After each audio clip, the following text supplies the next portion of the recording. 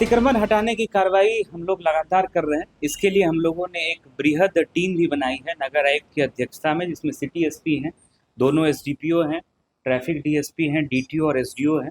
तो लगातार ये टीम कार्रवाई कर रही है। इसमें मजिस्ट्रेट और फोर्स जो है वो विभिन्न मार्गों का भ्रमण करके जहाँ भी अस्थायी अतिक्रमण पाया जा रहा है, क्योंकि सूचना हम लोगों ने काफ़ी पहले दे दी थी, अनाउंसमेंट हम लोगों ने करा दिया था, तो अस्थायी अतिक्रमण हटाने का काम हम लोग लगातार कर रहे हैं। इसमें फोर्स मजिस्ट्रेट लगाया गया है, उसका असर भी देखने को मिल रहा है। लोगों से मेरी आपके माध्यम से अपील भी है कि पुनः अतिक्रमण ना करें। इससे सभी लोगों को, चाहे वो राह चलने वाले स्थानीय लोग हों, मरीज हों, या फोर व्हीलर टू व्हीलर लेकर के चलने वाले कोई भी व्यक्ति हों, उनको बहुत समस्या झेलनी पड़ती है। तो अतिक्रमण हटाने का अभियान चल रहा है और ये आगे भी कंटिन्यू करेगा। इसके अतिरिक्त हम लोग कुछ बृहद जो उपाय किए जाने हैं शहर की ट्रैफिक व्यवस्था को सुदृढ़ करने के लिए, वो भी हम लोग कर रहे हैं। इसमें सबसे महत्वपूर्ण है, जितना ऑटो और ई रिक्शा है उसका हम लोग कलर कोडिंग करने जा रहे हैं और रूट निर्धारण हम लोग कर रहे हैं, ताकि ऑटो और ई रिक्शा निर्धारित मार्गों पर ही चले। और इसके लिए हम लोगों ने एक टीम बनाई है। ऑटो और ई रिक्शा चालक संघ जो है उनसे भी वार्ता हुई है, उन्होंने भी कुछ सुझाव दिया है। प्रमंडलीय मुख्यालयों में प्रमंडलीय आयुक्त महोदय के अनुमोदन से ये सारी व्यवस्था लागू की जानी है।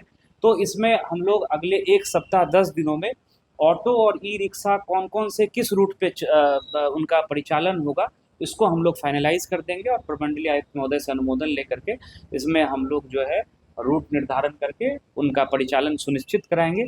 इसके अतिरिक्त कई इंफ्रास्ट्रक्चर के बड़े प्रोजेक्ट्स पर भी शहर और उसके आसपास के ट्रैफिक को सुचारू रूप से चलाने के लिए उस पर भी काम शुरू किया गया। आप लोग सब लोग जानते हैं कि अखाड़ा घाट के पैरेलल पुल का निर्माण चल रहा है।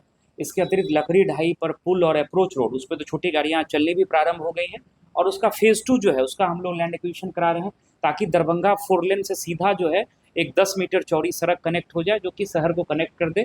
जो बैरिया तरफ से लोग आते हैं वहाँ जो है ट्रैफिक का दबाव घटेगा। तीनों आरओबी का काम, गोबरसही, रामदयालु और साधपुरा, उसका भी टेंडर हो गया है। चांदनी चौक से लेकर के बीबीगंज तक का, उसमें भी एजेंसी आ गई है, काम शुरू होना है। और जो पूरा बाईपास है 0 माइल वाला जो हम लोगों का पोर्शन है, उसमें भी रोड के चौड़ीकरण में इलेक्शन से पहले ही हम लोगों ने काम शुरू करा दिया है।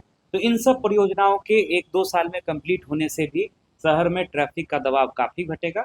और उसके साथ साथ जैसा मैंने आपको बताया, ऑटो ई रिक्शा का सुव्यवस्थित तरीके से कलर कोडिंग और रूट निर्धारण करके व्यवस्थित तरीके से चलाने की व्यवस्था, उस पर काम कर रहे हैं। और अतिक्रमण हटाने का भी काम पैरेलल चल रहा है, ताकि लोगों को कम से कम जाम की समस्या को झेलना पड़े और लोगों को जो है कम से कम असुविधा। मल्टी लेवल पार्किंग के लिए स्थल हम लोग चिन्हित कर रहे हैं और इसमें बात चल रही है।